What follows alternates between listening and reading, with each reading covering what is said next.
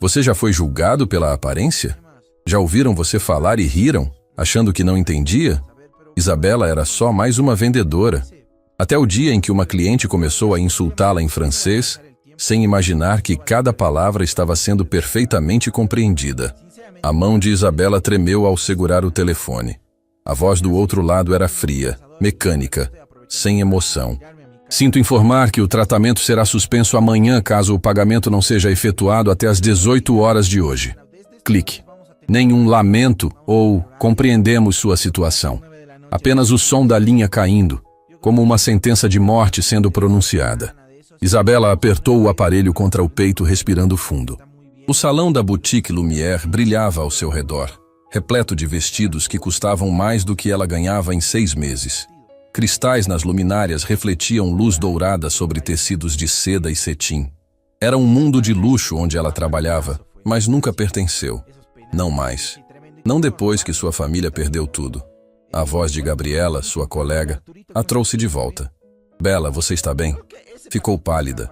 Isabela forçou um sorriso e guardou o telefone no bolso. Estou ótima. Só uma ligação chata. Mentira. Não estava nada bem. Tinha exatamente 6 horas para conseguir uma comissão que salvasse a vida da mãe. 6 horas para fazer um milagre acontecer. Ela olhou para o relógio na parede. 12:00. A boutique estava movimentada, mas nenhuma venda grande ainda.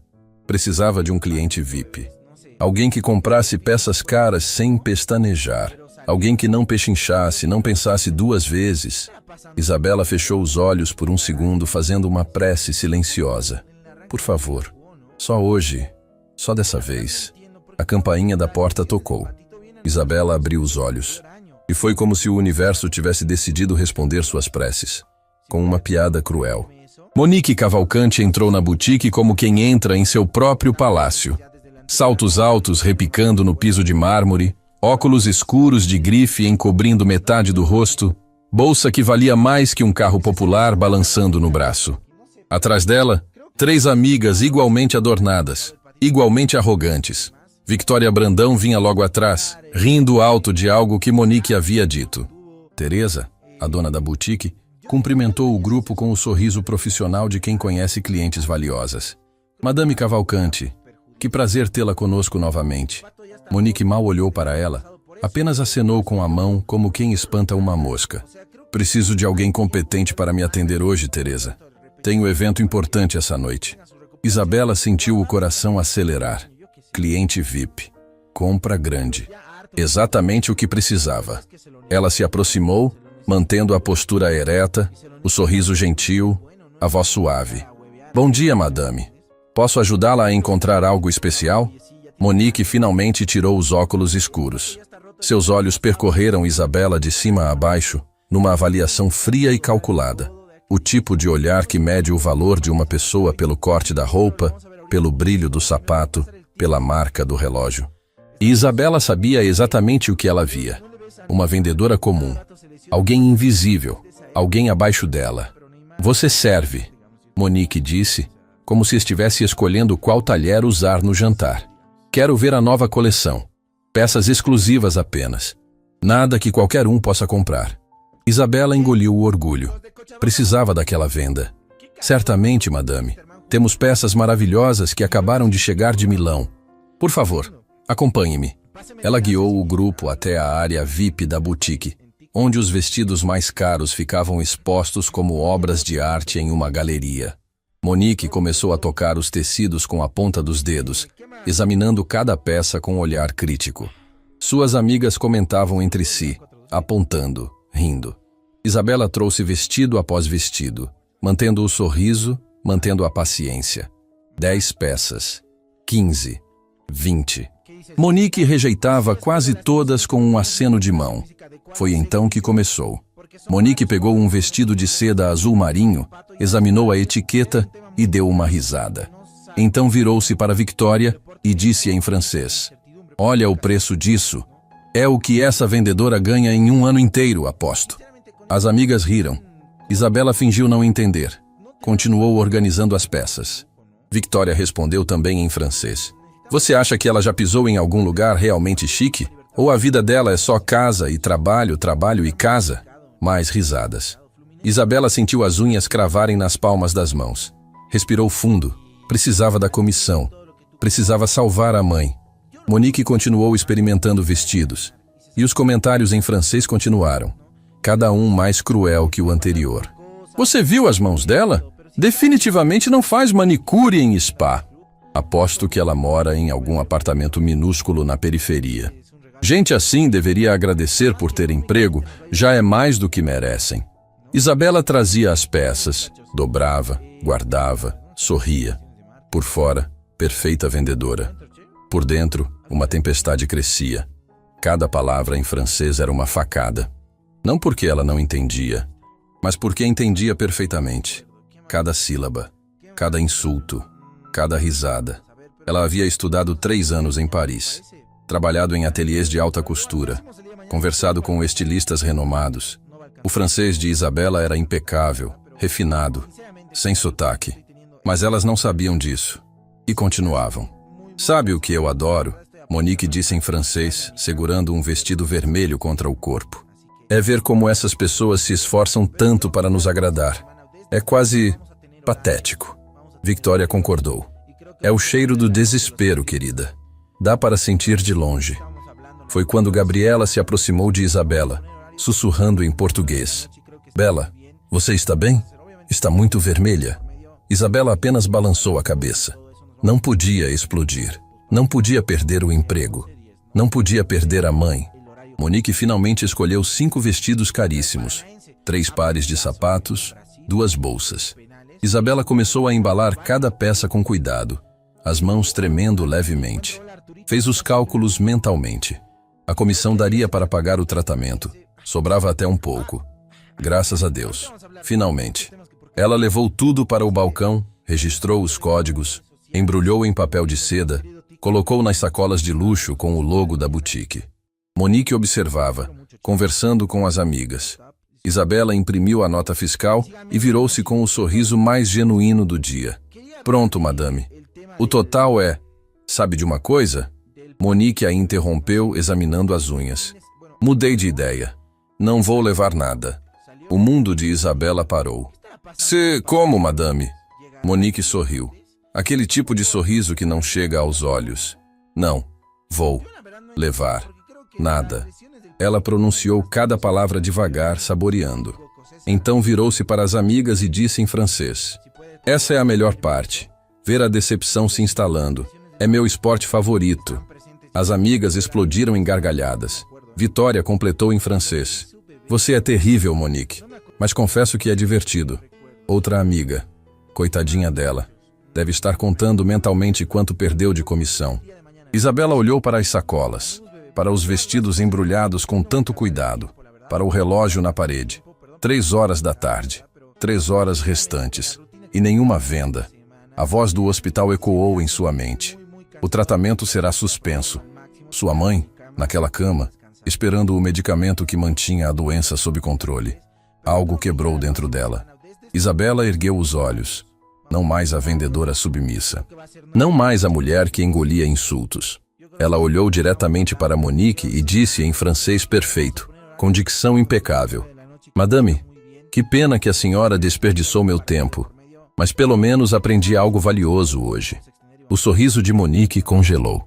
As amigas pararam de rir. O silêncio desceu sobre a boutique como uma cortina pesada. Isabela continuou ainda em francês. Aprendi que seu sotaque não é de Marseille, como a senhora afirma. É de escola de idiomas. Noto pelos erros de conjugação dos verbos no subjuntivo. E pela pronúncia forçada do R gutural. Qualquer francês nativo perceberia isso imediatamente. Monique ficou branca. Vitória arregalou os olhos. As outras 2 amigas se entreolharam, confusas. Mas o mais interessante, Isabela prosseguiu, sua voz calma, mas cortante como lâmina, é que a madame usa o francês como arma para humilhar pessoas que considera inferiores. É curioso. Geralmente quem faz isso está tentando esconder as próprias inseguranças. Está tentando provar algo. Para os outros, ou para si mesma. O rosto de Monique passou de branco para vermelho. Como você ousa? Ousei nada, madame. Isabela a interrompeu, ainda em francês impecável. Apenas respondi no idioma que a senhora escolheu usar. Ou a senhora prefere que eu repita tudo em português para suas amigas entenderem completamente o que a senhora disse sobre mim nos últimos 40 minutos? Victoria deu um passo atrás. As outras testemunhas na boutique, 3 clientes, 2 vendedoras, a própria Teresa, observavam boquiabertas. Ninguém ousava respirar. Monique tremeu de raiva. Você vai se arrepender disso. Vou fazer você ser demitida.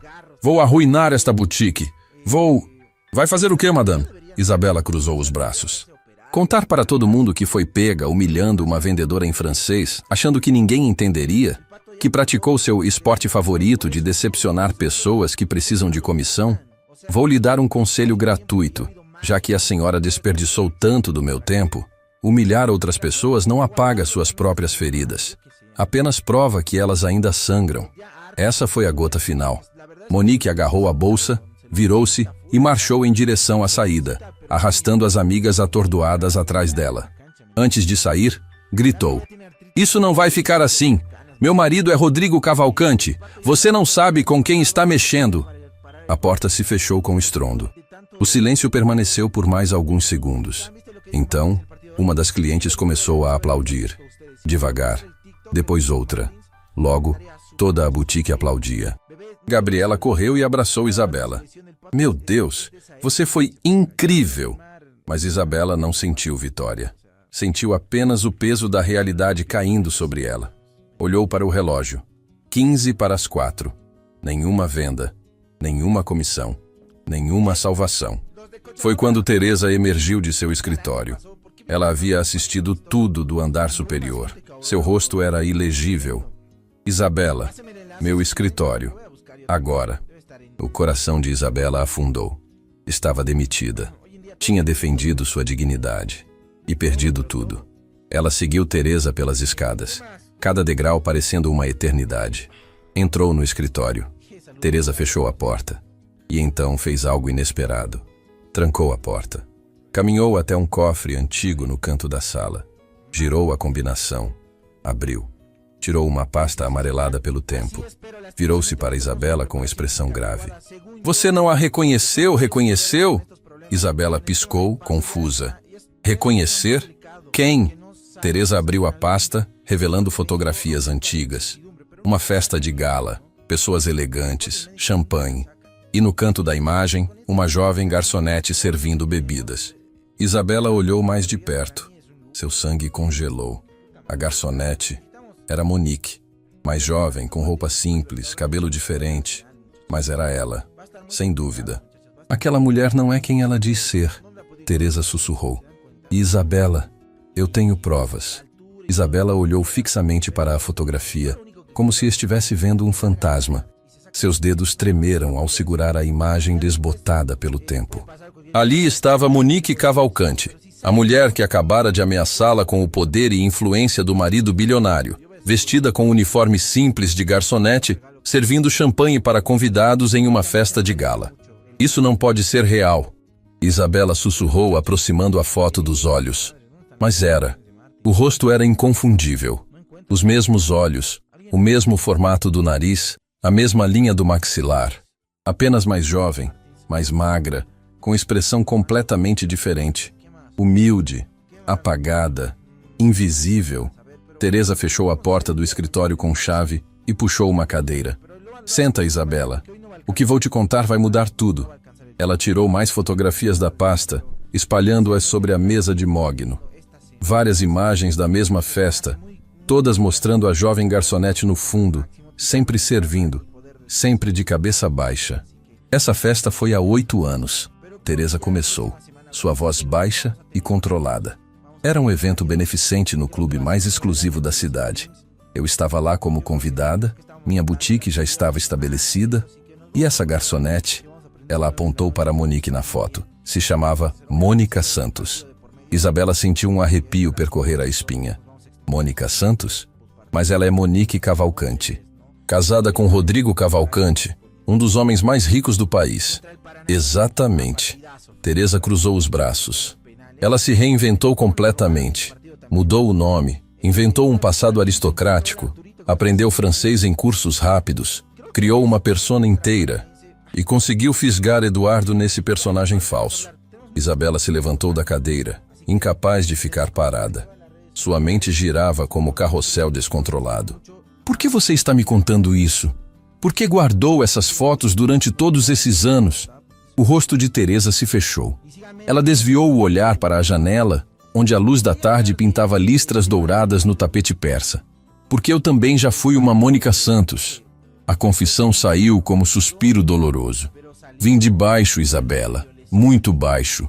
Trabalhei como faxineira, babá, qualquer coisa para sobreviver. Construí essa boutique com sangue e suor. Eu entendo a dor de querer ser outra pessoa. Entendo o desespero de tentar escapar de um passado que te sufoca. Isabela sentou-se novamente, dessa vez realmente prestando atenção. Teresa nunca havia falado sobre sua origem. Sempre foi apenas a dona elegante e sofisticada da Boutique Lumière. A diferença, Teresa continuou, agora olhando diretamente para Isabela, é que eu nunca humilhei ninguém no caminho. Nunca pisei em outras pessoas para me sentir superior. Nunca usei minha transformação como arma contra quem ainda está lutando. Ela bateu o dedo na mesa. Mônica, Monique. Ela se tornou exatamente o tipo de pessoa que provavelmente a humilhou no passado. E isso, Isabela, isso eu não perdoo. O telefone de Isabela vibrou no bolso. Ela o pegou automaticamente. Viu a notificação do banco. Saldo insuficiente para débito automático. O hospital. O prazo. A realidade voltou como soco no estômago.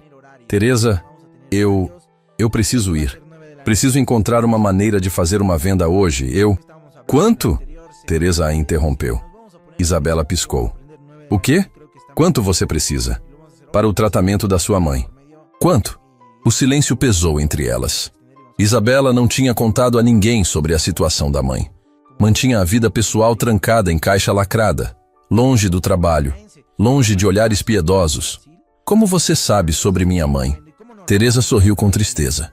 Isabela Ferreira, filha única de Roberto Ferreira, dono da antiga indústria têxtil Ferreira. Uma das empresas mais promissoras do setor até falir abruptamente há 6 anos. Roberto morreu meses depois. A viúva, Clara Ferreira, adoeceu. E a filha desapareceu do radar social completamente. Isabela sentiu o chão desaparecer sob seus pés. Você sabia quem eu era esse tempo todo? Desde o dia que você entrou aqui procurando emprego. Teresa abriu uma gaveta e tirou outro documento. O currículo de Isabela, com anotações manuscritas nas margens. Eu conheci seu pai, Isabela. Fiz negócios com ele quando minha boutique ainda era pequena. Ele era um homem honesto, decente. Quando soube da falência, tentei ajudar, mas... Ela balançou a cabeça. Vocês haviam sumido. Até que você apareceu aqui 3 anos atrás pedindo uma chance. As lágrimas queimaram nos olhos de Isabela, mas ela as segurou. Por que nunca disse nada? Porque percebi que você queria recomeçar do zero, sem peso do passado, sem piedade, sem favores. Respeitei isso. Teresa se levantou e caminhou até o cofre novamente. Tirou um envelope grosso. Mas agora não há tempo para orgulho. Quanto você precisa? Não. Isabela se levantou bruscamente. Não vou aceitar caridade. Já basta ter perdido tudo uma vez. Não vou me tornar. Não é caridade. Teresa colocou o envelope na mesa. É um adiantamento. Você é minha melhor vendedora, Isabela. Nos próximos 3 meses, isso aqui sai da sua comissão. Simples assim. Isabela olhou para o envelope. Depois para Teresa. Depois para as fotografias de Monique espalhadas na mesa. Há uma condição, não é? Você quer que eu use essas fotos contra ela. Teresa não negou. Quero justiça. Aquela mulher precisa aprender que não pode tratar pessoas como lixo só porque agora tem dinheiro. Mas ela empurrou o envelope para mais perto de Isabela. A decisão é sua. Pega o dinheiro, salva sua mãe e decide depois o que fazer com as informações, sem pressão. As mãos de Isabela tremeram ao pegar o envelope. Dentro havia mais do que o suficiente para o tratamento. Lágrimas finalmente escaparam, correndo silenciosas por seu rosto. Obrigada. Foi tudo o que conseguiu dizer. Teresa a abraçou. Um abraço apertado, maternal, que Isabela não recebia desde antes do pai morrer. Seu pai seria muito orgulhoso da mulher que você se tornou.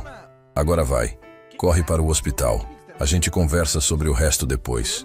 Isabela saiu do escritório como furacão, agarrando a bolsa, dispensando Gabriela com um aceno apressado. Precisava chegar ao hospital antes das 6. Precisava garantir que o tratamento não seria interrompido. Precisava salvar a única família que ainda tinha. A corrida de táxi pareceu durar uma eternidade. O trânsito estava impossível. O motorista resmungava sobre obras na avenida principal.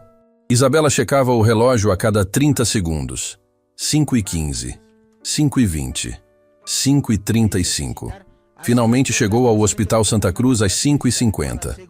Correu para o departamento financeiro, ofegante, suada, ainda com lágrimas secas no rosto. A atendente a olhou com expressão cansada. Posso ajudar? Clara Ferreira. Quarto 304. Preciso fazer o pagamento. Isabela colocou o envelope na bancada, tirando o dinheiro com mãos trêmulas. A atendente digitou no computador. Franziu a testa. Digitou novamente. Tem certeza? Aqui consta que o pagamento já foi efetuado, há cerca de 1 hora. Isabela congelou. O quê? Isso é impossível. Eu não... Foi feito por transferência bancária. Em nome de... A atendente verificou a tela. Rodrigo Cavalcante. O mundo girou. Isabela segurou na bancada para não cair. Isso não pode estar certo. Deve ser erro. Não há erro, senhorita.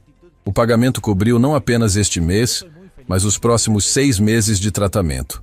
Tudo quitado. A atendente sorriu pela primeira vez. Sua mãe tem um benfeitor generoso. Isabela não esperou para ouvir mais nada. Correu para o quarto 304, subindo escadas porque não tinha paciência para esperar o elevador. Chegou ofegante, empurrou a porta e encontrou sua mãe sentada na cama, lendo uma revista com expressão tranquila. Mãe! Isabela se jogou nos braços dela, soluçando. Clara acariciou os cabelos da filha, confusa. Filha, o que aconteceu? Está tudo bem? O tratamento, o pagamento, como... Ah, isso. Clara sorriu. Um homem muito gentil veio aqui hoje. Disse que conhecia seu pai, que devia favores antigos. Insistiu em pagar tudo.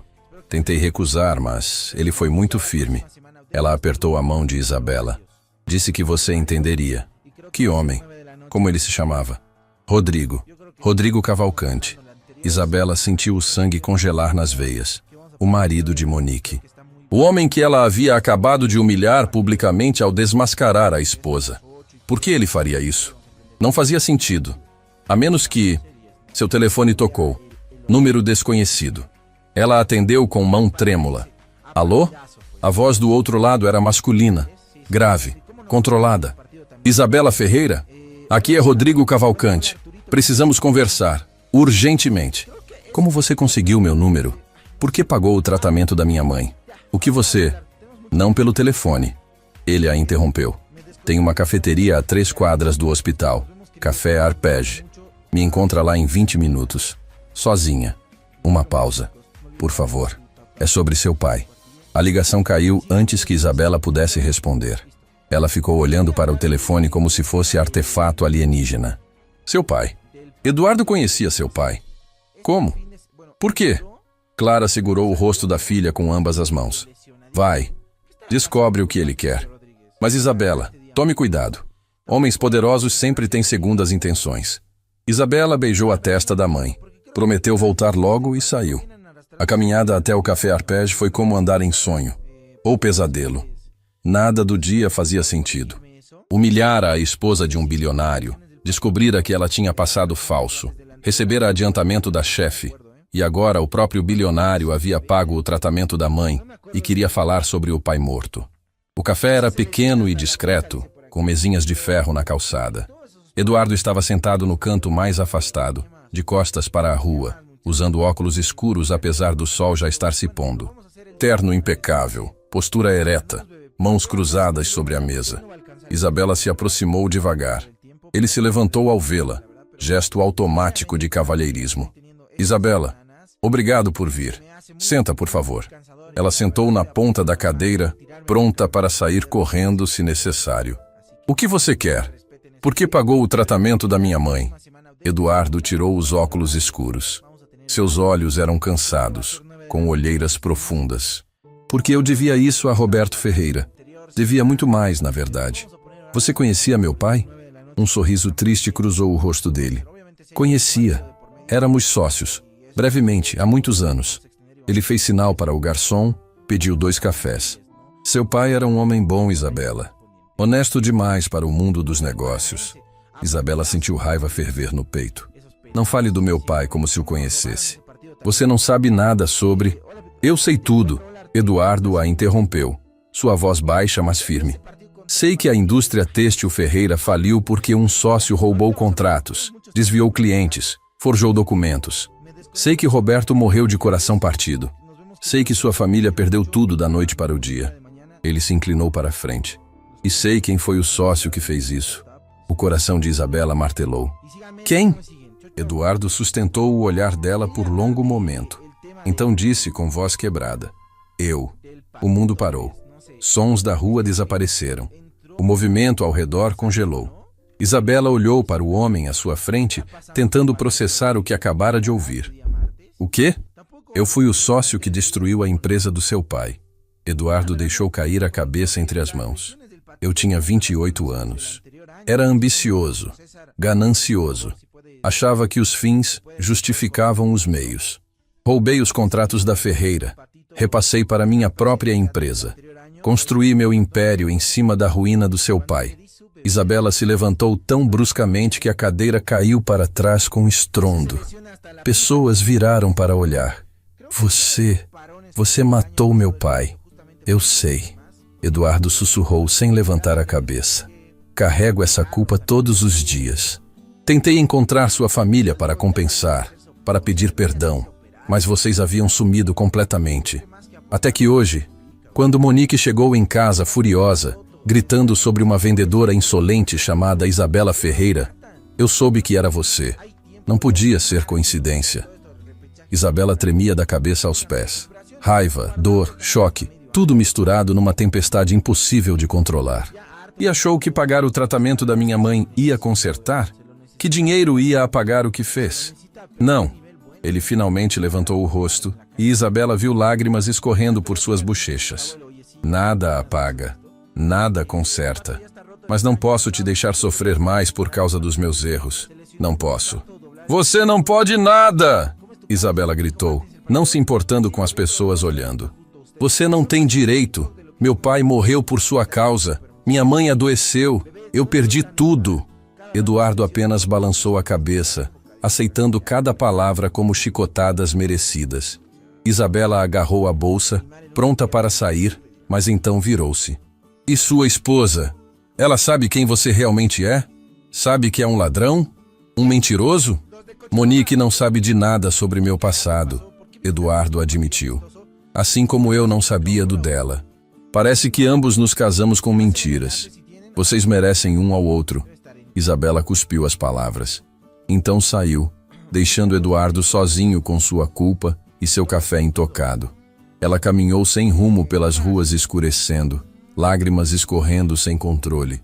Tudo era demais. Descobrir a verdade sobre Monique. Descobrir a verdade sobre Eduardo.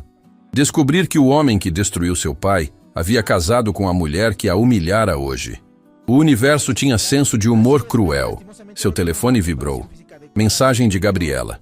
Bela, volta para a boutique urgente. Tem um homem aqui perguntando por você. Diz que não sai até você aparecer. Está assustando as clientes. Isabela olhou para a mensagem, exausta demais para sentir qualquer coisa. Que diferença fazia mais um problema hoje? Ela pegou o táxi de volta para a boutique Lumière.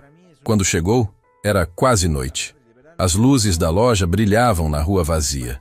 E lá dentro, no meio do salão, um homem de terno escuro esperava. Não era Eduardo. Era alguém que ela nunca tinha visto antes. Cabelos grisalhos, porte militar, expressão séria. Ele segurava envelope pardo. Quando Isabela entrou, o homem se virou. Isabela Ferreira? Sim, quem é você? Ele estendeu o envelope. Investigador particular. Fui contratado para encontrá-la. Isso aqui, ele balançou o envelope. São documentos que vão mudar sua vida. Novamente. Isabela pegou o envelope com mãos trêmulas. Abriu. Dentro, certidões de nascimento, registros antigos, fotografias. E uma carta. Manuscrita. com letra que ela reconheceria em qualquer lugar. A letra do seu pai, datada de 2 dias antes dele morrer.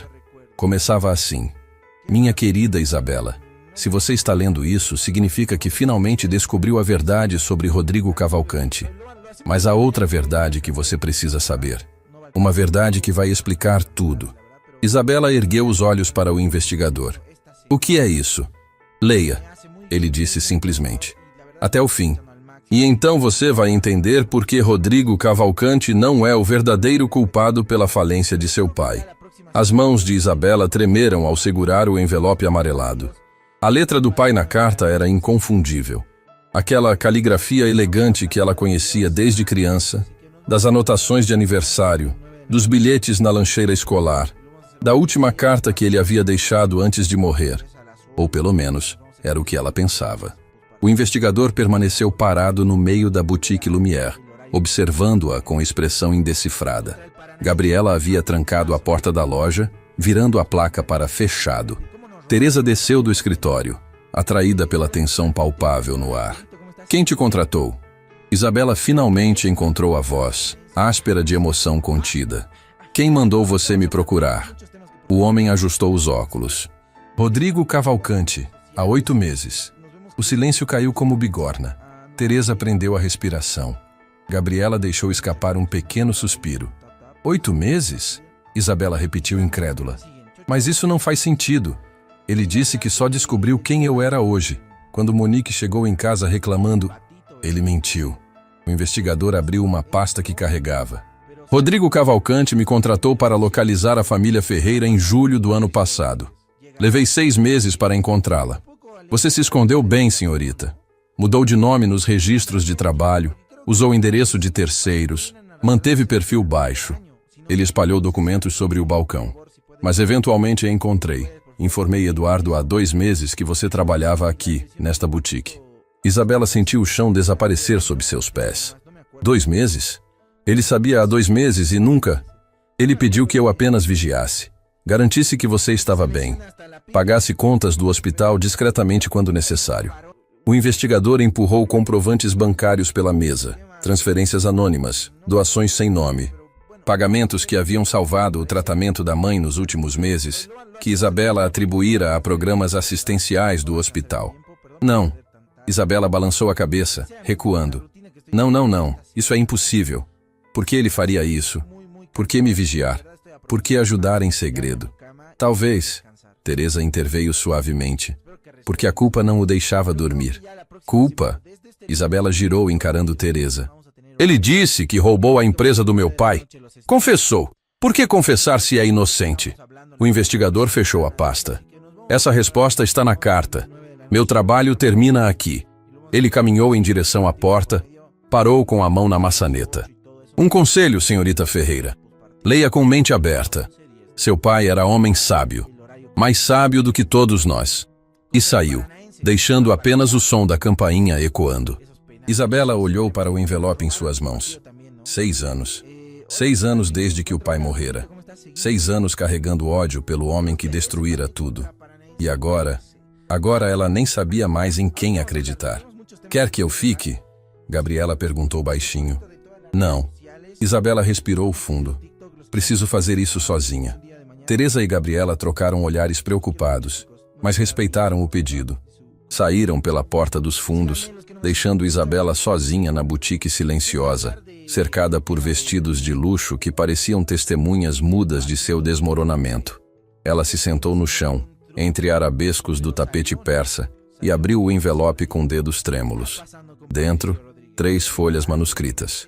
A data: 2 dias antes do pai morrer. Minha querida Isabela, se você está lendo isto, significa que finalmente encontrou Rodrigo Cavalcanti. E provavelmente o odeia com cada fibra do seu ser. Tenho tanto a te contar, filha. Tanto que escondi para te proteger. Eduardo não destruiu nossa empresa. Eu o acusei disso porque precisava de alguém para culpar. Precisava que você e sua mãe tivessem um vilão tangível, uma razão para a dor. Mas a verdade, Isabela, é muito mais dolorosa.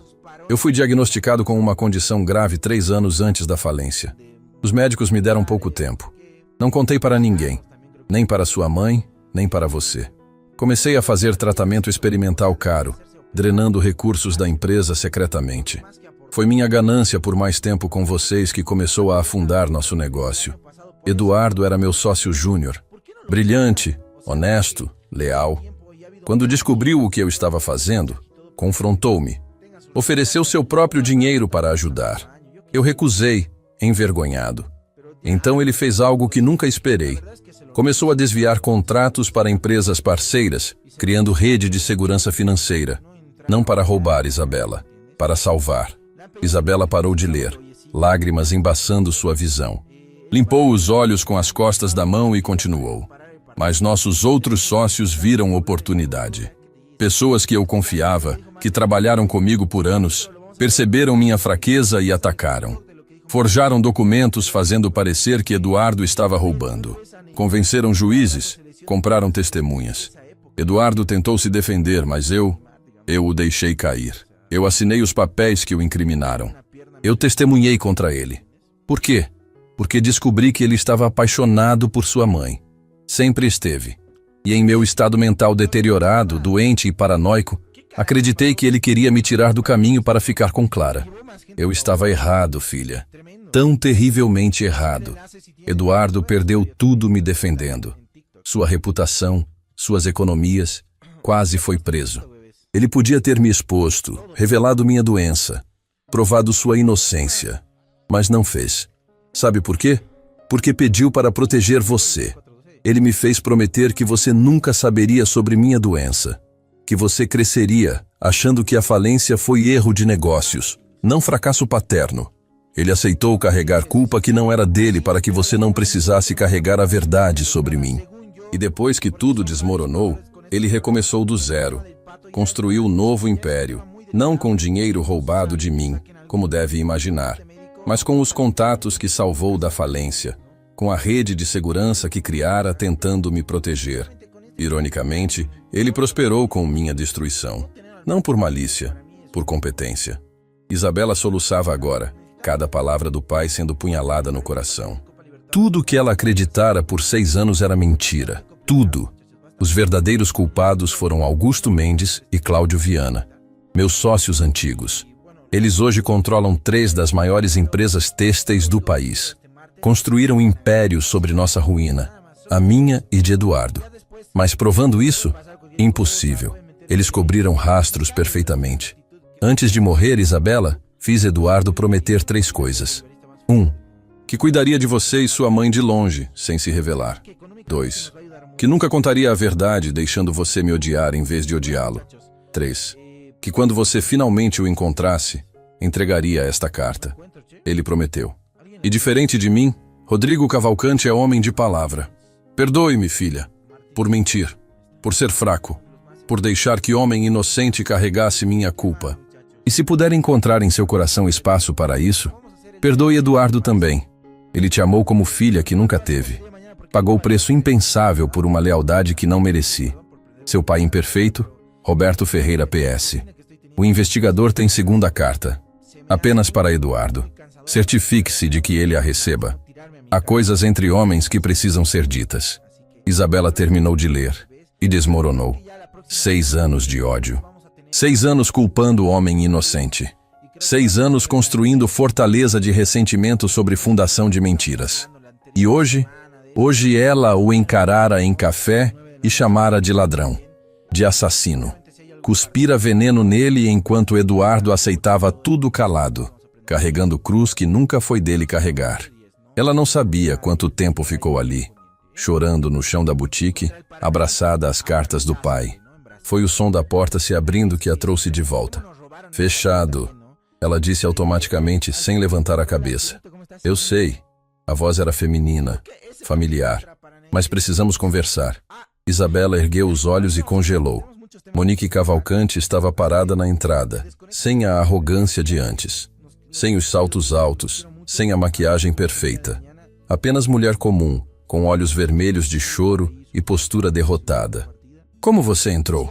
Isabela se levantou limpando o rosto. Teresa me deixou entrar antes de sair. Ela achou que nós duas precisávamos ter essa conversa. Monique deu passo hesitante para a frente. Isabela, eu Vim pedir desculpas. Desculpas. A raiva voltou, instantânea e ardente. Você me humilhou hoje de manhã. Me chamou de patética. Disse que pessoas como eu deveriam agradecer por ter emprego. E agora quer desculpas? Eu sei. Monique não tentou se defender. Sei que não há desculpas. Mas precisa entender. Eu era você. Isabela riu sem humor. Você não era nada parecida comigo. Era. Monique se aproximou do balcão, dedos traçando padrões nervosos no mármore. Mônica Santos, órfã aos 7 anos, passou por 5 lares adotivos.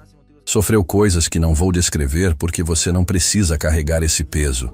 Aos 16 estava nas ruas. Aos 18, trabalhando em qualquer coisa que me deixassem fazer. Limpeza, garçonete, o que aparecesse. Isabela cruzou os braços, forçando-se a ouvir.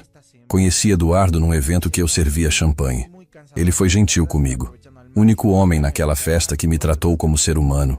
Conversou comigo sobre livros, sobre sonhos, sobre vida. Não tentou me tocar. Não fez propostas indecentes. Apenas conversou. Monique pausou, olhos distantes na memória. Nos encontramos mais vezes, sempre em eventos onde eu trabalhava. Ele começou a me ensinar coisas. Etiqueta, cultura, línguas. Pagou cursos de francês, italiano. Disse que eu era inteligente, que merecia chances que nunca tive. E eu me apaixonei, não por ele, mas pela ideia dele, pela pessoa que ele me fazia acreditar que eu podia ser. Então mentiu para ele. Isabela disse, voz fria. Menti. Monique não negou. Inventei família aristocrática, passado sofisticado. Ele nunca investigou porque confiava em mim.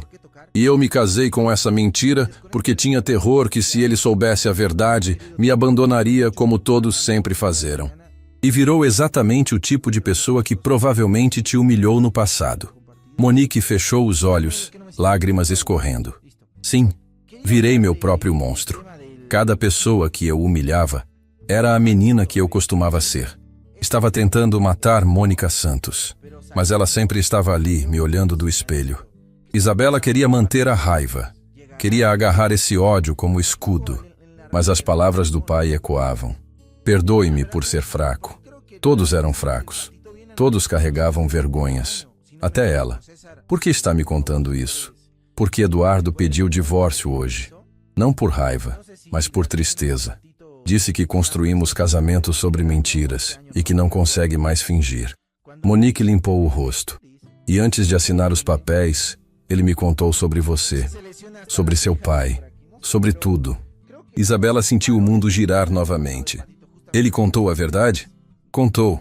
E sabe o que percebi? Ele nunca me amou como amo, amava. Ele, Eduardo, ainda está apaixonado pela mulher que nunca pode ter. Sua mãe. Monique sorriu com tristeza. Sempre esteve. Eu era apenas substituta conveniente. Alguém que precisava dele como Clara nunca precisou. Minha mãe está viúva há 6 anos. Isabela disse devagar. E ele está esperando há mais tempo ainda. Monique pegou a bolsa. Vim aqui dizer 2 coisas. Primeiro, sinto muito. Do fundo da minha alma quebrada, sinto muito. Segundo, não deixe seu orgulho te roubar o que perdi. Eduardo é bom homem. Melhor do que mereci. Ele merece perdão. E você merece a verdade. Ela caminhou para a porta. Parou. Ah, e terceiro, vou devolver esse mundo de mentiras que construí. Voltar a ser Mônica Santos. Talvez ela seja a melhor pessoa que Monique Cavalcante jamais foi. E saiu. Isabela ficou sozinha novamente, agora com peso ainda maior no peito. Pegou o telefone, digitou o número que o investigador havia deixado. Eduardo atendeu no primeiro toque. Isabela, café arpege, meia hora. Você vai ter sua conversa. Mas dessa vez, eu quero toda a verdade. Clique. Ela pegou a segunda carta, a do pai para Eduardo, trancada no envelope lacrado. Olhou para as fotos de Mônica Santos espalhadas na mesa de Teresa. Olhou para seu próprio reflexo no espelho da boutique. E pela primeira vez em 6 anos, Isabela Ferreira não tinha certeza de quem era o vilão nessa história. Talvez todos fossem, ou talvez ninguém. O café arpege estava quase vazio quando Isabela chegou. A mesma mesinha do canto, a mesma cadeira que ocupara horas antes. Mas agora ela via tudo diferente. como se o mundo tivesse girado no eixo e nada estivesse mais no lugar certo. Eduardo já estava lá, sem os óculos escuros dessa vez. Seu rosto mostrava marcas de choro recente, olheiras profundas, uma exaustão que parecia vir de anos carregando peso invisível. Quando viu Isabela se aproximar, ele se levantou automaticamente, mas ela fez sinal para que sentasse. Não. Isabela puxou a cadeira e sentou-se, colocando o envelope lacrado sobre a mesa. Não precisa de formalidades, só precisa de honestidade. Eduardo olhou para o envelope como se fosse bomba prestes a explodir. Você leu a carta? Li. Isabela manteve a voz firme, apesar do tremor interno. Meu pai te defendeu. Disse que você é inocente, que sacrificou tudo para nos proteger. Ela pausou, olhos fixos nele. Mas tem uma coisa que não entendo. Se tudo isso é verdade, por que hoje, no nosso primeiro encontro, você confessou ser culpado? Por que assumiu crimes que não cometeu? Eduardo respirou fundo, dedos entrelaçados sobre a mesa. Porque era mais fácil você me odiar do que descobrir a verdade sobre seu pai. Então você ia deixar eu te odiar para sempre? Sim. A resposta foi imediata, sem hesitação. Prometi a Roberto que protegeria a imagem dele aos seus olhos, mesmo que isso significasse destruir a minha. Isabela sentiu raiva ferver novamente. Você não tinha direito de fazer essa escolha por mim. Eu merecia saber a verdade. Você tinha 16 anos quando tudo aconteceu. Eduardo rebateu, voz quebrando. Tinha acabado de perder o pai. Sua mãe estava destruída. Se eu contasse que Roberto havia escondido doença grave, drenado dinheiro da empresa em tratamentos desesperados, mentido para todo mundo, o que isso faria com você? Com a memória que tinha dele? Me daria a verdade. A verdade nem sempre liberta, Isabela. Eduardo passou as mãos pelo rosto. Às vezes ela apenas transfere a dor de um lugar para outro. Roberto preferiu que você me odiasse, um estranho, do que descobrisse as fraquezas dele. Isabela agarrou o envelope, mãos tremendo. E essa carta? O que tem nela que meu pai não quis que eu lesse? Não sei. Ele a lacrou na minha frente. Me fez prometer que só abriria quando você me entregasse pessoalmente. Eduardo estendeu a mão, mas não tocou no envelope. Posso? Isabela empurrou-o através da mesa. Observou enquanto Eduardo rompia o lacre com dedos cuidadosos, tirava a folha única de papel. Viu os olhos dele percorrerem as linhas, enchendo-se de água. Viu quando ele engoliu seco, piscou para afastar lágrimas, leu novamente como se não acreditasse nas palavras. O que diz? Isabela perguntou quando o silêncio se tornou insuportável. Eduardo dobrou a carta devagar, colocou no bolso interno do paletó, sobre o coração. São palavras entre homens, coisas que ele precisava dizer antes de partir. Sua voz era rouca de emoção. Mas tem uma parte que você precisa saber. Isabela esperou, cada segundo parecendo eternidade. Roberto me pediu para cuidar de Clara. Eduardo finalmente encontrou coragem de olhar para Isabela. Disse que sabia o que eu sentia por ela, que sempre soube, e que, se algum dia, depois de tempo apropriado, ela estivesse pronta, ele me dava permissão. Não, mais que isso. Ele me pedia para fazê-la feliz. O mundo parou. Isabela ouviu as próprias batidas cardíacas ecoando nos ouvidos. Você está apaixonado pela minha mãe? Há 15 anos. A confissão saiu como suspiro de alívio. Desde a primeira vez que Roberto me levou para jantar em casa de vocês. Clara serviu vinho que ela mesma havia escolhido, conversou sobre literatura francesa, riu de piadas ruins que contei. E eu me apaixonei por mulher que nunca poderia ter. Isabela não sabia se deveria rir ou chorar. Mas você se casou com Monique, porque ela precisava de mim de um jeito que Clara nunca precisaria. Porque achei que se não podia ter amor verdadeiro, pelo menos teria propósito. Salvaria alguém. Eduardo balançou a cabeça. Mas não se pode construir casamento sobre necessidade. Aprendi isso tarde demais. Monique me contou que você pediu divórcio. Ela merece alguém que a ame pelo que é, não pelo que pode se tornar.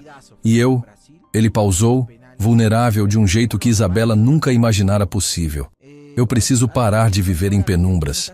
Ou tento viver de verdade, ou desisto de vez. Isabela pensou na mãe.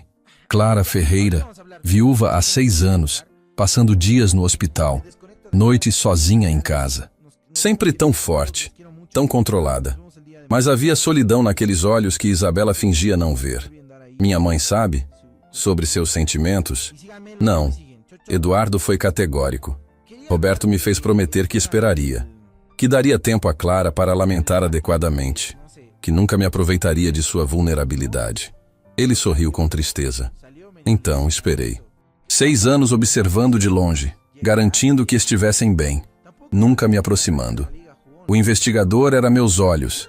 As doações anônimas eram minha maneira de cumprir promessa sem quebrar as regras que impus a mim mesmo. E agora? Vai continuar esperando para sempre? Não sei. Honestidade crua. Não sei se tenho o direito de... O telefone de Isabela tocou, interrompendo. Ela olhou a tela e seu sangue congelou. Hospital Santa Cruz. Atendeu com mãos tremendo. Alô? Senhorita Ferreira? Voz de enfermeira. Urgente. Precisa vir imediatamente. Sua mãe teve complicação seria. Os médicos estão... Isabela já estava correndo antes da frase terminar.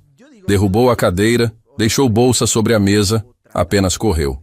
Eduardo correu atrás dela. Jogou dinheiro no balcão para pagar sem esperar troco.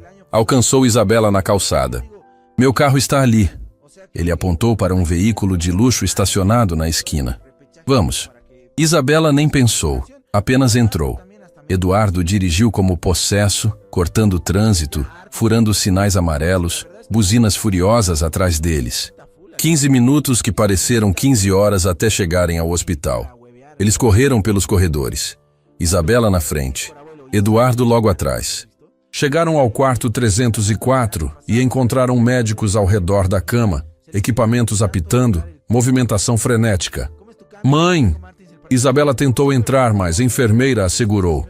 Não pode entrar agora, os médicos estão estabilizando. O que aconteceu? Ela estava bem hoje de tarde. A enfermeira consultou a prancheta. Reação adversa a medicamento novo. O corpo rejeitou. Estamos tentando reverter, mas... Ela não completou, não precisou. Isabela desmoronou contra a parede. Eduardo a segurou antes que caísse, a guiou até cadeira na sala de espera. Sentou-se ao lado dela, não tocando, apenas presente. Eu não posso perdê-la, Isabela sussurrou. Ela é tudo que me resta. Não vai perder. Eduardo falou com convicção que não podia ter. Clara é forte, mais forte que todos nós. Minutos passaram como eternidades. Cada som do corredor fazia Isabela pular. Cada passo aproximando fazia seu coração disparar. Até que finalmente porta do quarto se abriu. Médico saiu, máscara pendurada no pescoço, expressão cansada, mas aliviada. Senhorita Ferreira, Isabela se levantou tão rápido que ficou tonta. Como ela está? Estável.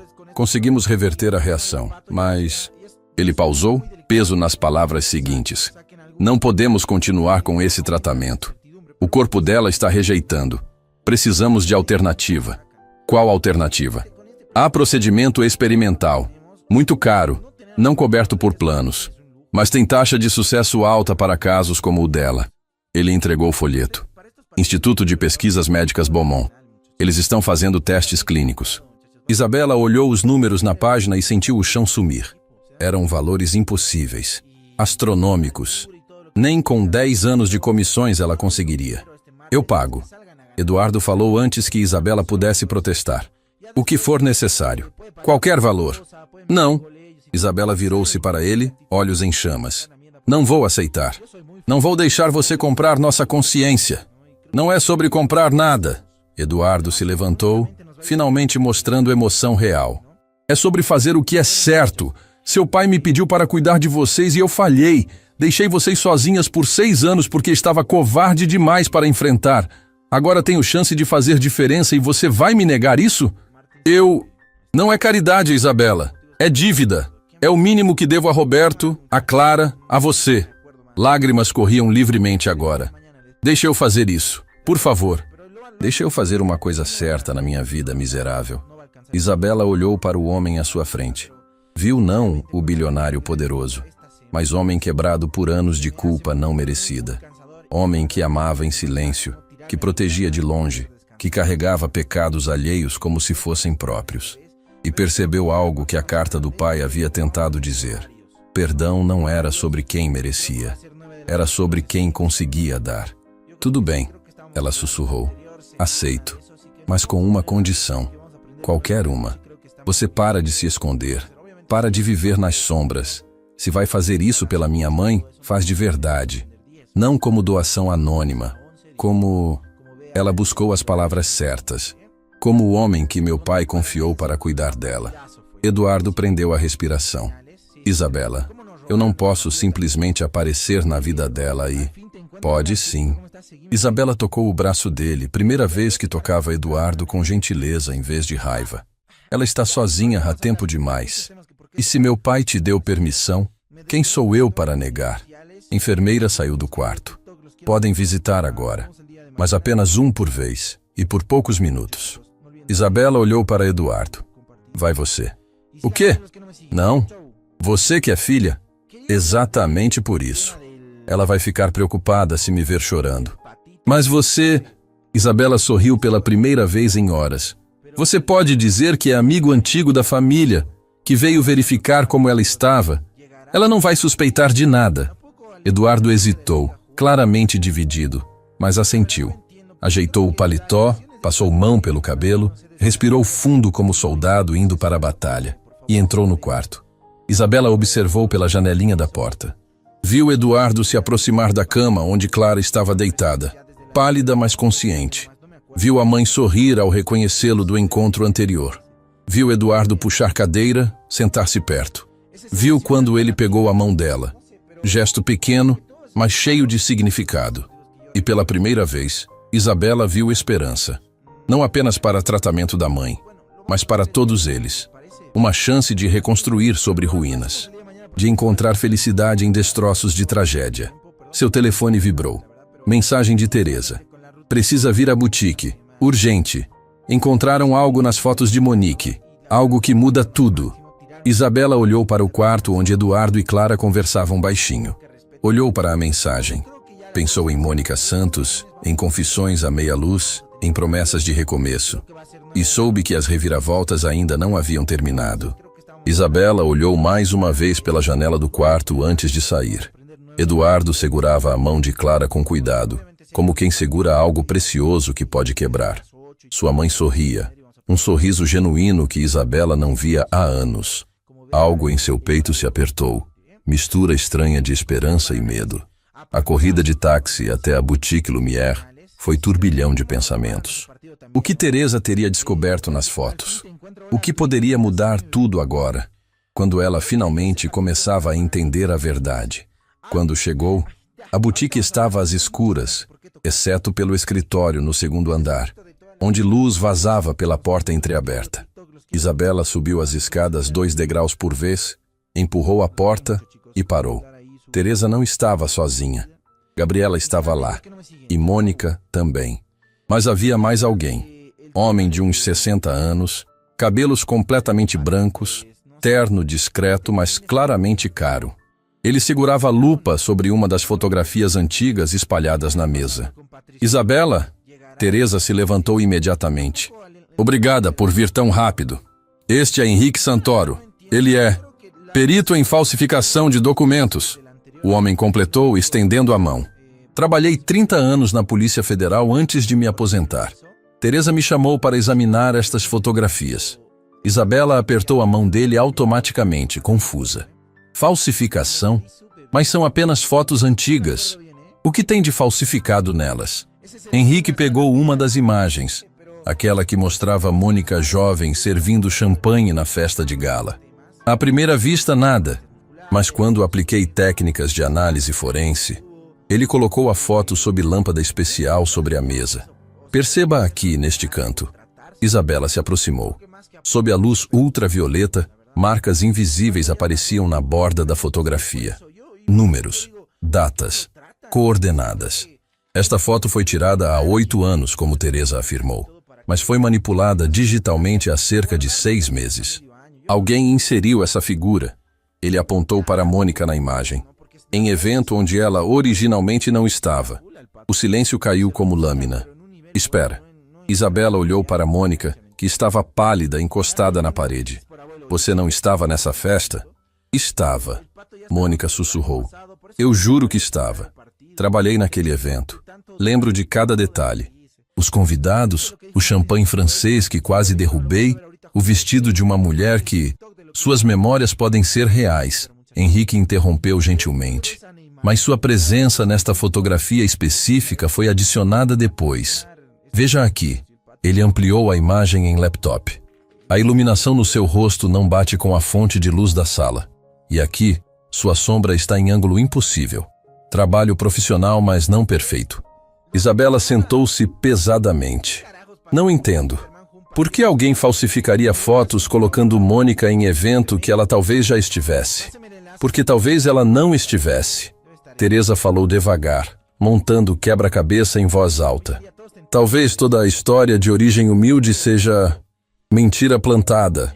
Não! Mônica gritou, lágrimas escorrendo. Eu vivi tudo aquilo. Os orfanatos, as ruas, os trabalhos humilhantes. Não estou mentindo. Ninguém está dizendo que está mentindo conscientemente. Henrique falou com calma de quem lida com testemunhas fragilizadas. Mas memórias podem ser implantadas. Terapias, hipnose, sugestão prolongada. Se alguém te convenceu desde jovem que viveu certa vida, com o tempo, você acredita. Cria memórias falsas que parecem reais. Isabela sentiu calafrio percorrer a espinha. Quem faria isso? E por quê? Teresa pegou outra pasta. É a pergunta de milhões. Ela abriu, revelando mais documentos. Comecei a investigar depois que você saiu. Contratei Henrique para verificar tudo relacionado a Mônica Santos. E descobrimos algo perturbador. Ela espalhou certidões de nascimento, registros escolares, históricos médicos. Mônica Santos existiu. Uma menina órfã, exatamente como ela descreve. Mas essa menina... Teresa apontou para a data em certidão de óbito. Morreu aos 9 anos. Acidente de carro no orfanato São Vicente. Mônica cambaleou. Gabriela correu para segurá-la. Ajudou-a a sentar. Isso não pode estar certo. Mônica balançava a cabeça compulsivamente. Eu estou aqui. Eu sou Mônica Santos. Você é alguém que assumiu a identidade de Mônica Santos. Henrique corrigiu. A questão é, por vontade própria ou porque alguém construiu essa identidade para você? Quando você conheceu Eduardo? Isabela perguntou de repente, mente trabalhando rápido. Onde foi exatamente? Mônica limpou as lágrimas, esforçando-se para lembrar. Foi numa festa beneficente, no Clube Pinheiros. Ele estava sozinho no bar e eu servia bebidas. Você lembra de estar servindo bebidas? Ou alguém te disse que estava servindo bebidas? Henrique pressionou. Mônica abriu a boca, fechou, abriu novamente. Confusão genuína no rosto. Eu lembro, ou será que... Suas mãos tremeram. Não consigo distinguir. Teresa puxou cadeira ao lado dela. Mônica, preciso que pense com muito cuidado. Antes de conhecer Eduardo, você fazia terapia? Tomava algum medicamento? Fazia terapia sim. Doutora Silvana me indicou. Disse que precisava processar os traumas da infância. Mônica franziu a testa. Ela usava técnicas de regressão. Dizia que me ajudava a lembrar coisas que minha mente havia bloqueado. Regressão, Henrique repetiu significativo. Técnica perfeita para implantar falsas memórias. E essa doutora Silvana, você ainda tem contato dela? Não. Ela desapareceu logo depois que me casei com Eduardo. Disse que estava se mudando para o exterior.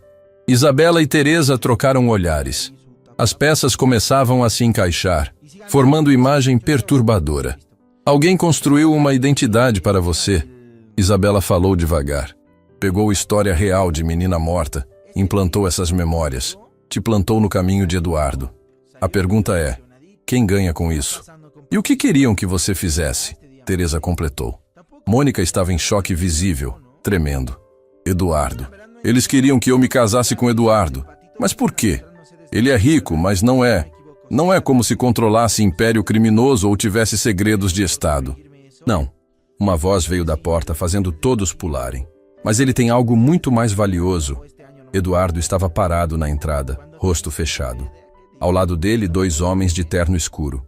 Segurança pessoal. Como você? Isabela começou. Instalei rastreador no seu telefone há meses. Eduardo admitiu, sem remorso. O investigador sugeriu depois que começamos a descobrir coisas estranhas. Quando vi você sair do hospital e vir para cá, soube que havia problemas. Ele entrou no escritório, olhou para as fotos espalhadas, para os documentos, para Mônica encolhida na cadeira. Seus olhos se suavizaram com algo parecido com pena. Você não tem culpa, Mônica, ele disse gentilmente. Foi peça em jogo muito maior. Que jogo? Isabela exigiu. Eduardo, o que você tem que alguém quereria tanto? Eduardo respirou fundo. Participações nas 3 maiores empresas têxteis do país. Empresas que foram construídas sobre ruínas da companhia do seu pai, Isabela. O coração dela parou. Augusto Mendes e Cláudio Viana, os sócios que destruíram meu pai. Exatamente, Eduardo confirmou. Depois que tudo desmoronou, eles acharam que haviam eliminado toda a competição. Mas não sabiam de uma coisa. Antes de morrer, Roberto transferiu secretamente 40% das ações da Ferreira para mim. Como último ato de confiança, última tentativa de proteger o que construiu. E essas ações, Teresa estava acompanhando, dão a você poder de voto nas empresas que incorporaram a Ferreira? Não apenas poder de voto. Dão controle majoritário se combinadas corretamente. Augusto e Cláudio descobriram isso há 2 anos. Desde então, tentam tudo para me tirar essas ações. Ofereceram fortunas. Ameaçaram processos. Nada funcionou. Então criaram Mônica. Isabela completou. Horror crescendo. Plantaram esposa falsa perto de você. Mulher que em divórcio teria direito à metade de tudo, incluindo as ações. Mônica soluçou alto. Eu não sabia. Juro por tudo que não sabia. Eu sei. Eduardo se ajoelhou ao lado dela. Gesto surpreendentemente gentil. Você é vítima tanto quanto nós. Usaram suas vulnerabilidades. Construíram a armadilha perfeita. Mulher que precisava tanto ser amada que nunca questionaria presentes, oportunidades, a própria sorte. Mulher que eu nunca investigaria porque... Ele pausou, voz quebrando. Porque você me lembrava alguém que não pude salvar. Quem? Mônica perguntou entre lágrimas. Minha irmã. Eduardo se levantou, virando-se para não mostrar emoção no rosto. Ela morreu jovem, nas ruas. Eu não consegui encontrá-la a tempo. Quando conheci você, vi segunda chance de salvar alguém. Augusto e Cláudio devem ter investigado meu passado, descoberto isso, criado o isco perfeito. O peso da revelação caiu sobre todos como cobertor sufocante. Gabriela, que ficara quieta esse tempo todo, finalmente falou. Se tudo isso é verdade, se Mônica foi plantada, o que acontece agora? Com o divórcio, ela ainda teria direito às ações? Não se provarmos fraude no casamento, Henrique respondeu. Identidade falsa invalida o matrimônio retroativamente. Mônica não receberia nada. E Augusto e Cláudio perdem, Teresa completou.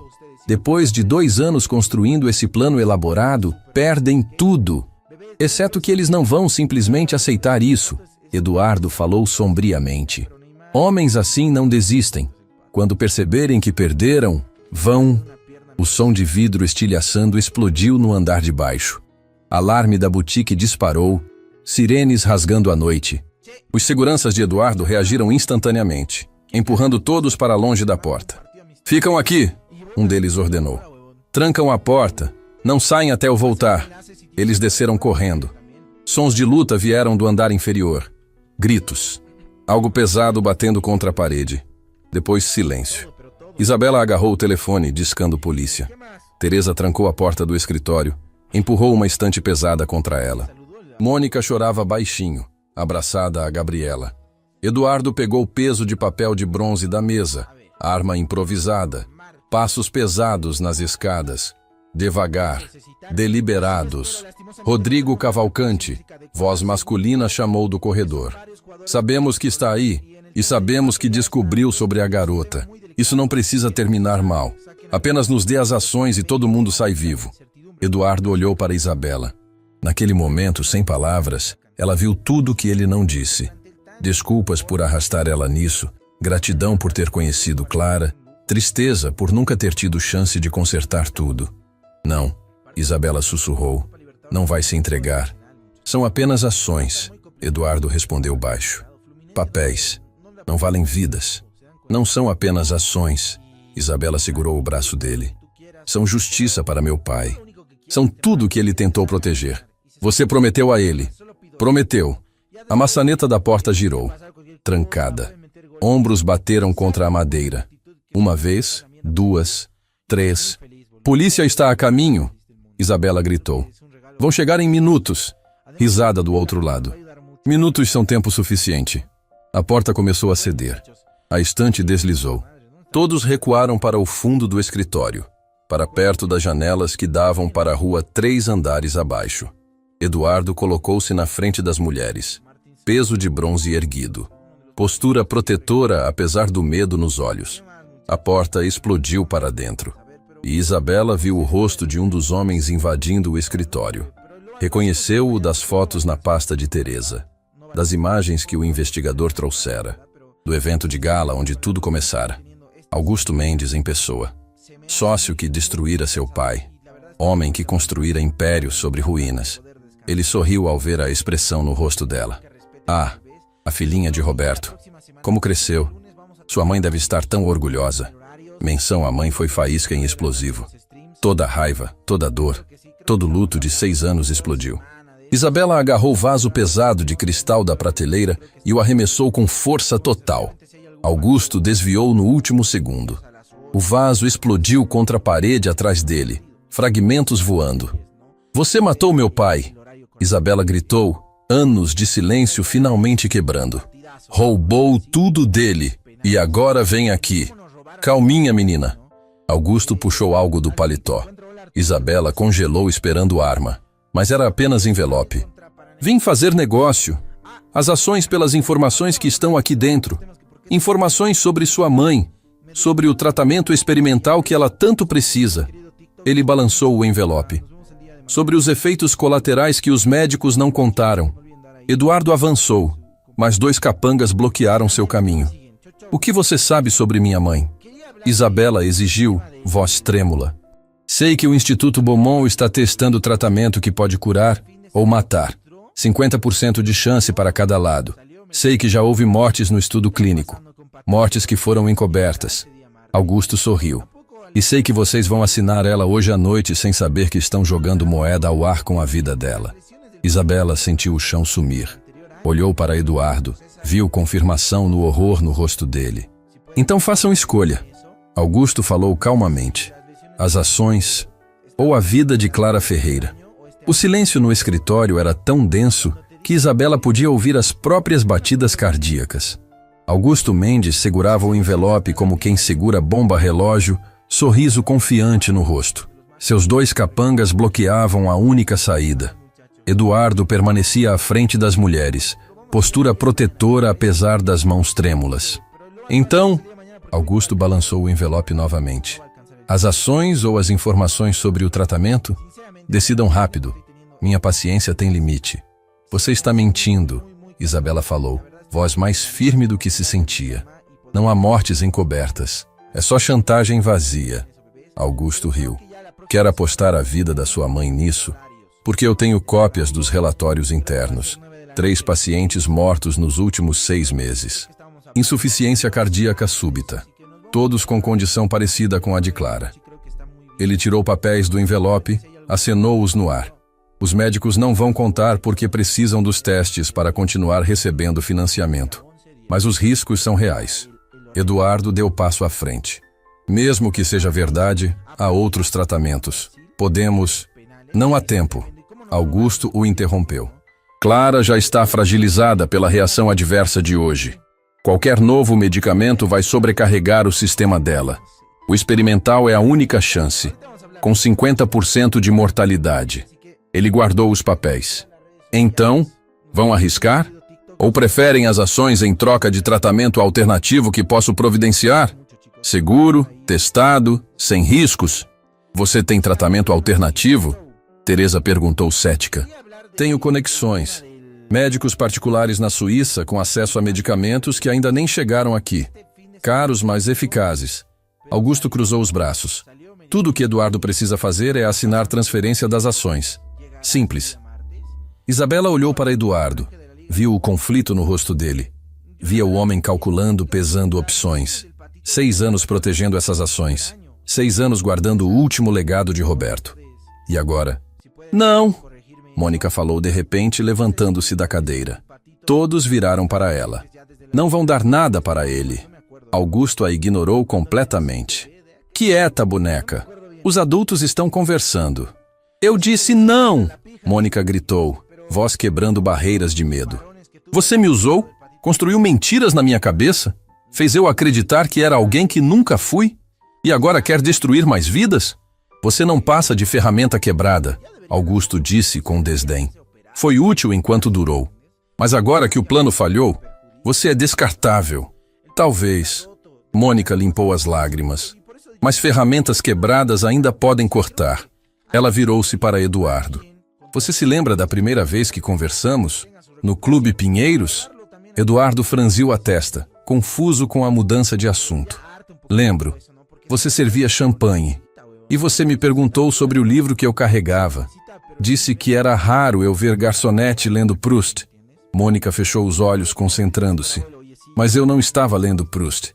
Eu nem sabia quem era Proust naquela época. Alguém tinha colocado o livro no meu bolso. Disse que era parte do figurino. Henrique, o perito, se aproximou interessado. Você está dizendo que a cena foi montada? Tudo foi montado. Mônica abriu os olhos, clareza crescente. Eu não era garçonete naquele evento. Eu fui paga para estar lá. Um homem me abordou semanas antes. Ofereceu dinheiro para aparecer na festa, usar uniforme específico, ficar perto do bar. Disse que era para a campanha publicitária. Que homem? Isabela pressionou. Mônica olhou diretamente para Augusto. Ele. Foi você quem me contratou. Augusto manteve a expressão neutra. Mas Isabela viu micro-reação. Tensão na mandíbula. Augusto não esperava que Mônica lembrasse. E depois, Mônica continuou, memórias voltando em cascata. Você me mandou para a doutora Silvana. Disse que era terapeuta que ajudava pessoas com passado difícil, que ela poderia me ajudar a processar traumas, mas ela não processou nada. Ela plantou. Cada sessão, ela me fazia repetir histórias, orfanatos que nunca vi, ruas onde nunca dormi, fome que nunca senti. E quando eu hesitava, ela dizia que era trauma bloqueando memórias, que eu precisava aceitar meu passado para seguir em frente. Teresa pegou o telefone. Isso é crime. Manipulação psicológica. Fraude de identidade. Um dos capangas avançou. Arrancou o telefone da mão dela e o jogou contra a parede. Estilhaçou em pedaços. Chega de conversa. Augusto perdeu a paciência. Vocês têm 30 segundos. As ações ou... A porta do escritório explodiu aberta pela segunda vez. Mas não eram mais capangas. Era Victoria Brandão, a amiga que desaparecera após o incidente na boutique. Ela entrou apressada, sem fôlego, segurando o tablet. Consegui, Victoria ofegou. Consegui acessar. Augusto sorriu com satisfação. Ótimo trabalho. Isabela sentiu o estômago revirar. Victoria, você está com ele?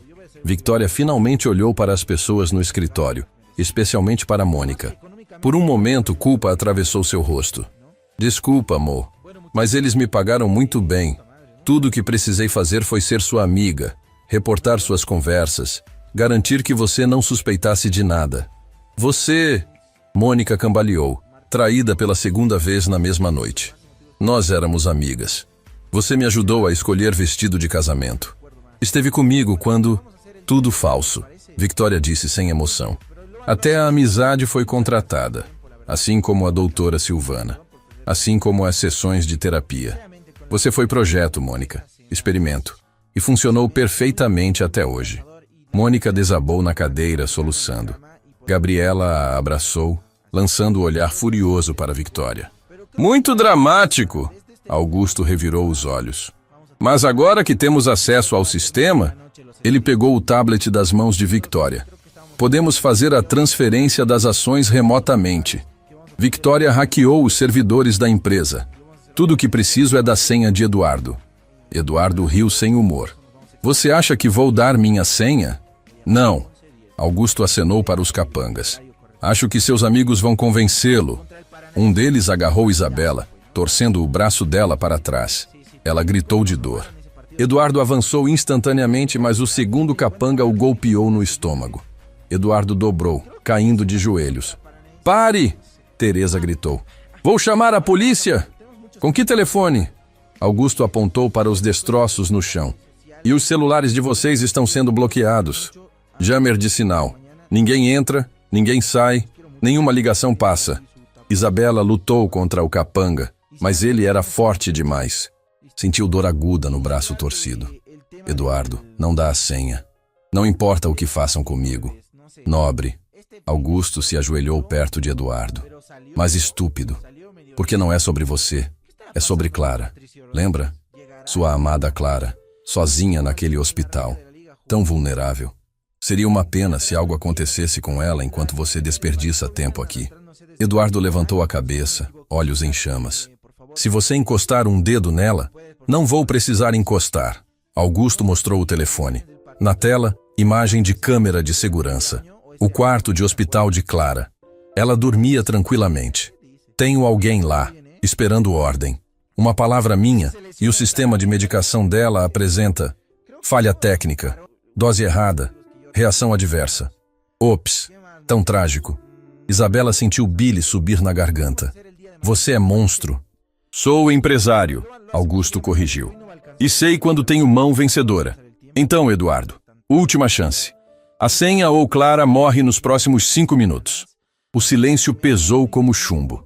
Eduardo olhou para Isabela, depois para Mônica, para Teresa, para Gabriela. Todas as pessoas que ele estava tentando proteger.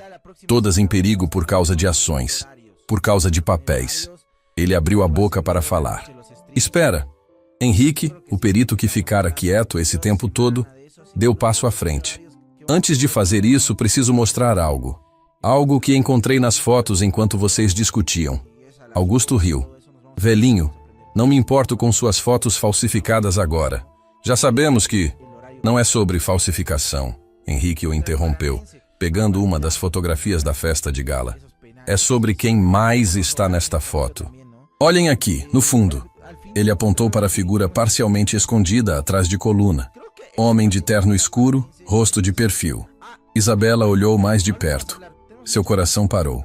Esse é... Ela sussurrou. Roberto Ferreira. Henrique confirmou. Seu pai estava neste evento, Eduardo. E olhe com quem ele está conversando. Ele ampliou a imagem em seu telefone, usando software de aprimoramento. Na foto ampliada, claramente visível, Roberto conversando com alguém, passando envelope. E esse alguém, Cláudio Viana, Eduardo identificou. O outro sócio. Exatamente. Henrique sorriu. E olhe o timestamp da foto original.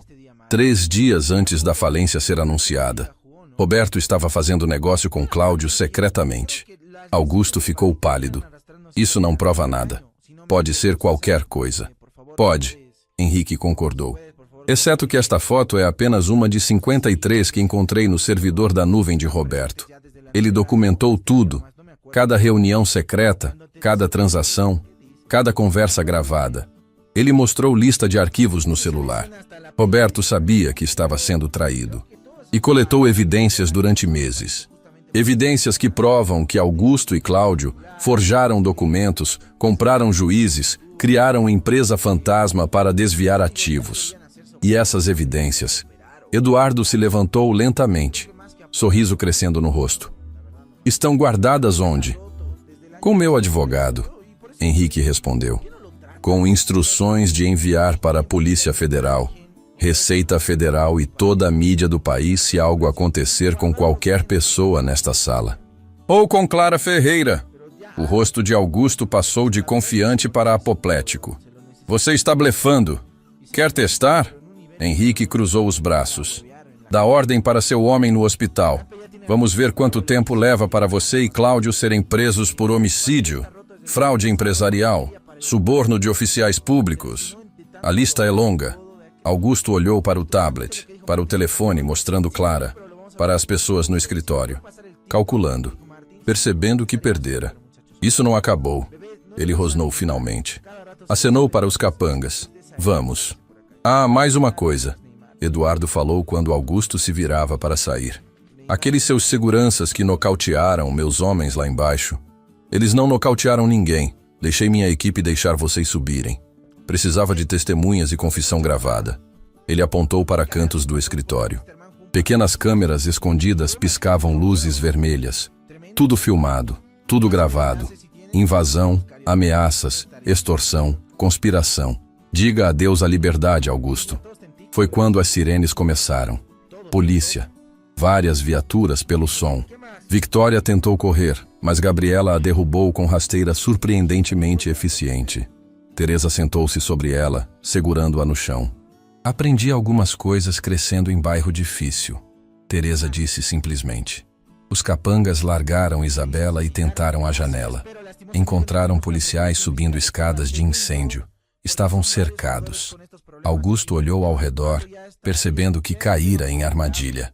Como? O investigador que você ignorou? Eduardo apontou para Henrique. Ele não é perito aposentado. Ele é ex-chefe da divisão de crimes financeiros. Ainda tem muitos amigos na ativa. E quando eu contei sobre seu esquema com Mônica, ele ficou muito interessado. A porta se abriu. Policiais entraram, armas em punho.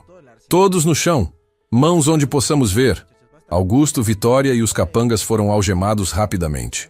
Enquanto era arrastado para fora, Augusto gritou. Isso não muda nada. As ações ainda estão em disputa legal. Cláudio vai... Cláudio foi preso há 20 minutos. Henrique informou calmamente. Junto com a doutora Silvana, que não estava no exterior como pensavam. Estava em clínica particular em Campos do Jordão. Muito cooperativa quando oferecemos acordo de delação. A porta se fechou atrás deles. Silêncio desceu sobre o escritório, quebrado apenas por soluços de Mônica. Isabela massageou o braço dolorido, ainda processando tudo. Você planejou isso? Deixou ele vir até aqui de propósito? Não totalmente. Eduardo admitiu, sentando-se exausto. Eu sabia que Augusto estava ficando desesperado. Henrique sugeriu usar isso contra ele, mas não esperava que invadisse a boutique hoje. Isso foi sorte. Ele olhou para Mônica. E você lembrando dos detalhes sobre o primeiro encontro. Isso foi peça crucial. Obrigado. Mônica não respondeu, apenas chorou mais alto. Isabela se ajoelhou ao lado dela, tocou seu ombro gentilmente. Ei, acabou. Você está livre agora. Livre? Mônica olhou para ela com olhos vermelhos. Livre para quê? Eu não sei quem sou. Não sei o que é real. Não sei se alguma coisa na minha vida foi verdadeira. Então descobre, Isabela disse suavemente. Começa de novo, de verdade dessa vez. Não como Monique Cavalcante, não como Mônica Santos, como quem você realmente quer ser. Mônica segurou a mão dela, apertou forte. Não sei se consigo. Consegue, Eduardo falou, ajoelhando-se do outro lado. E não vai estar sozinha. Vou garantir que tenha recursos, terapia de verdade, tempo para se encontrar. É o mínimo que posso fazer. O telefone de Eduardo tocou. Ele atendeu, ouviu e seu rosto se iluminou. Ela está bem. Os médicos conseguiram estabilizar completamente e disseram que encontraram um novo protocolo de tratamento, seguro e eficaz. Isabela sentiu lágrimas de alívio. Minha mãe está esperando por você. Eduardo sorriu. Vamos! Eles saíram do escritório, deixando para trás destroços da noite. Teresa ficou para lidar com polícia e seguros. Henrique foi dar depoimento formal. Mônica foi levada para a clínica particular, onde receberia cuidado adequado. E Isabela, finalmente, foi para o hospital onde sua mãe esperava, com Eduardo ao lado. Pela primeira vez em 6 anos, o futuro não parecia campo de batalha. Parecia possibilidade. 3 meses depois, a manhã de sol entrava pelas janelas amplas da Boutique Lumière, iluminando manequins com vestidos da nova coleção. Isabela ajustava o laço de seda em uma das peças quando ouviu a campainha da porta. Virou-se e sorriu ao ver quem entrava. Chegou cedo hoje, ela disse abraçando a visitante. Mônica retribuiu o abraço. Mais forte agora. Não apenas fisicamente, mas de um jeito que só quem encontra a si mesma pode ter.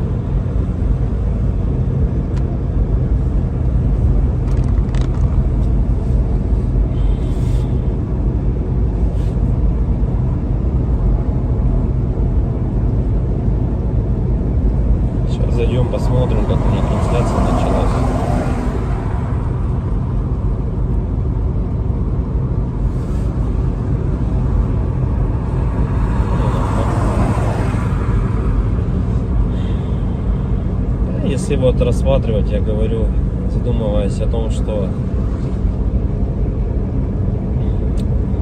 прожитые типа 30 лет, так смотришь на многих людей, которые сейчас, соответственно, живут, которым в районе 30, которые уже потеряли вообще вкус к жизни, да, радость какую-то от жизни. Таких, причем, кстати, становится все больше и больше. Мне кажется, этот средний возраст, когда говорили, что начинается вот этот кризис среднего возраста, он тоже сместился, как и говорят, что сейчас люди, в принципе, ну, быстрее взрослеют, быстрее осмысливают все, да, ну, почему-то это всегда все в плохом больше ключе на самом деле, да, вот что сейчас дети, к примеру, быстрее взрослеют, вот, и мне кажется, кризис вот этот среднего возраста, он, наверное, тоже сместился, и вот я думаю, что он сместился где-то в районе 30 лет. Опять-таки, это тоже не со всеми, наверное, связано. Не у всех людей так, все люди разные. И когда приходишь к той мысли о том, что помимо того, что люди сами по себе стали такие вот, наверное, депрессивные, да, времена такие сложные, да, вот это вот еще извне много каких вещей случается, ну, на данный момент, которые людям усугубляют эту ситуацию на самом деле, вот этой депрессии, вот этих кризисов, да, каких-то переходных моментов в жизни. И непонятно, если конец этому всему, да, наступает для людей потом белая полоса в жизни, или они не могут выбраться из нее. Примеров достаточно на самом деле много. К примеру, вот сосед у меня есть такой хороший парень был. И есть, он хороший человек сам по себе. Но вот у него сейчас очень сложные времена такие, как бы дизмораль на него напала. О том, что он не реализовался в своей жизни к 30 годам, что жизнь у него кончена. И не может он выбраться из этой ситуации. Да? Как бы, как говорят, если мы говорим, что это мужики такие, да, типа слабые, да, какие-то, ну, безморальные, ну, как бы такие вот, что в основном это случается, наверное, зачастую, может быть, это у мужиков случается в этом возрасте, такой кризис, наверное, да, каких-то неудач в своей жизни, не пришедших ни к чему достойному и хорошему. Но вопрос в том, что это мужики такие, типа слабые, или времена такие стали, что если вот разобраться так, вот, например, возьмем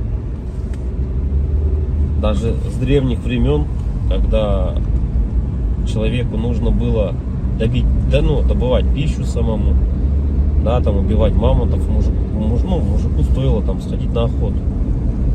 Да, на охоту он сходил, кого-то там добыл добычу, принес домой, да, что-то где-то там поделал дома, и все как бы. Ну и это возможно как работа тоже на ежедневной основе, да, была. И как бы мужик в то время считался, но еще воином были, они воинами были, не воевали, да. В любом случае это все такая в основном физическая была работа, типа стратегии именно добычи пищи какой-то себе. Ну тут вот требовалось, возможно, какое-то знание, да, тут я не спорю. Но в основном это была физическая работа. Если взять, к примеру, не такие далекие времена, когда там люди вот только выходили из пещер, да, взять даже, допустим, 50 лет назад, 100 лет назад, да, когда люди работали на заводах, и что тогда считалось именно мужиком, да, таким. Разница была, наверное, нынешними временами в том, что если ты работал, к примеру, на заводе на каком-то, то тебе было этого всего достаточно. То есть ты уходил на завод, отработал свое время, да, пришел домой, какие-то тоже там, может, домашние дела, и, ну, и этого тебе было достаточно на самом деле. Как бы и все, и заключалась вся суть именно мужчин, ну вот, как бы устроиться главное на завод и работать физически, опять-таки, да, получить какое-то образование, так, ну, как бы среднеспециальное, к примеру, да, какой-нибудь токарь, идти на завод, отработать там 8-12 часов. Ну, это не легкая работа, я не спорю тоже с этим. Но опять-таки, этого зато было достаточно. Человек уходил, он отрабатывал там 12 часов и понимал, что ему будет всего достаточно. Ради этого и была, наверное, главная и основная мотивация. Да? И если перенесемся мы, наверное, в наше время уже, сейчас, на данный момент, то есть люди просто не знают на самом деле, как заработать. Как получить жилье, как получить новый автомобиль. То есть способов получения данного результата его нету как такового. Это говоря о том, что ты будешь ходить на работу по 8, по 12 часов, допустим, сутками там работать, да, ты не заработаешь на машину, заработаешь ты на нее через 5 лет, если ты там не будешь ни пить, ни есть, как бы, да. Ну ладно, если вообще не тратить деньги, то заработаешь год. Ну такого же невозможно, это же только где-то в сказках. С учетом нынешних трат, то есть даже при зарплате какой-то средней, там 100 тысяч рублей, ну где-то 60, где-то 70, где-то 80. Возьмем от 60, наверное, до 120. То есть, к примеру, достижение результата такой, как, к примеру, квартира, недвижка какая-то своя, это кредиты, ипотеки. То есть вот здесь и сейчас ты берешь. И залазя все глубже и глубже, то есть, как сказать, взял ты, к примеру, себе недвижимость, да, в ипотеку, пусть она будет так.